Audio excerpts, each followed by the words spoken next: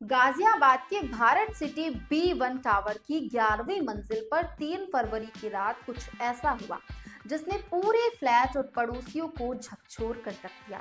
निशिका 16, प्राची 14 और पाखी 12 वर्ष की तीन बहनें अचानक बालकनी से नीचे गिर गईं। पड़ोसियों ने रात करीब 2 बजे चीख पुकार सुनी।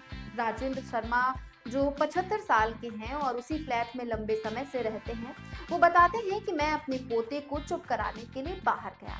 तभी मुझे बच्चों की जोर जोर से आवाजें सुनाई दी। कुछ ही देर बाद नीचे गिरने की आवाज आई।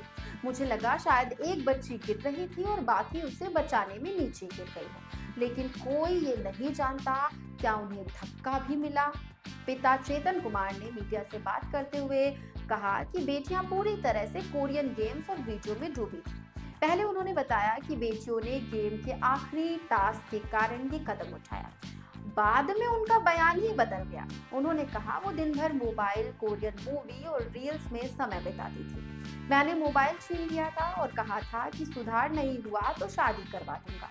पड़ोसियों ने ये भी देखा कि बेटियों की माताएं जो थी सुजाता और हिना घटना के बाद घर के अंदर ही बंद रही। उन्होंने बाहर आने से मना कर दिया। पिता चेतन 35 मिनट बाद ही दरवाजा खोलकर अंदर गए, लेकिन बिना किसी से बात किए वो तुरंत दरवाजा बंद कर लिए। एक पड़ोसी ने यह भी बताया कि जब शव नीचे पड़े थे तो माएं वहां गालियां दे रही थी। ये देखकर हम सब सदमे में थे। ऐसे हालात में भी लोगों का व्यवहार अजीब था। अभी भी सबसे बड़ा सवाल यही है कि क्यों बेटियों ने फर्श पर सिर्फ पिता की फोटो चिपकाई थी, माँ का कोई जिक्र नहीं था। डायरी में भी उन्होंने केवल पिता के लिए सॉरी पापा लिखा। ऐसा लगता है कि उनके मन में कुछ ऐसा था जो केवल पिता तक सीमित रहा। ईशा त्यागी, जो टावर में रहती हैं, कहती हैं कि बच्चों की मौत सिर्फ गेम या वीडियो की वजह से नहीं हो सकती। हमें ये देखना होगा कि उन्होंने आखिरकार ऐसा कदम क्यों उठाया। क्या ये मनोवैज्ञानिक दबाव था या कहीं कुछ और छिपा है? पुलिस इस मामले की गहन जांच कर रही है।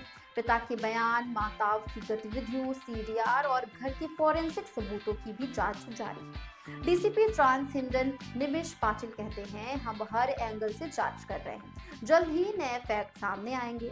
फ्लैट में रहने वाले लोगों ने बताया कि बच्चियों ने जिस कमरे की बालकनी से कूदी वो वहां की दीवारों पर पेंसिल से छोटे छोटे कोट्स भी लिखे थे। ऊपर लिखा था, मेरा दिल टूट गया है, और नीचे, मैं बहुत अकेली हूँ। फिर उन्होंने उस पर क्रॉस बना दिया। पिता चेतन ने सरकार से ये भी मांग की है कि ऐसे गेम्स, वीडियो और कंटेंट पर रोक लगाई जाए। मेरे 3 बच्चे चले गए, मेरा जीवन खत्म हो गया, ताकि किसी और बच्चे की जान ना जाए। परिवार में चेतन कुमार, उनकी 2 पत्नियां सुजाता और हिना और 5 बच्चे रहते हैं। निशिका पहली पत्नी की बेटी थी, जबकि प्राची और पाखी दूसरी पत्नी की बेटियां थी। परिवार में 7 साल का लविश भी है, जो मानसिक रूप से कमजोर है। ये कहानी सिर्फ एक परिवार की दुखद त्रासदी नहीं है, ये डिजिटल युग में बच्चों पर गेम, सोशल मीडिया और कंटेंट का असर भी दिखाती है। पड़ोसियों का कहना है कि तीनों बहनों की मौत ने सोसाइटी में गहरा सदमा छोड़ दिया है और हर कोई सोचने पर मजबूर है। ये रहस्य अब पुलिस की जांच और पड़ोसियों की टिप्पणियों के बीच उलझा हुआ है।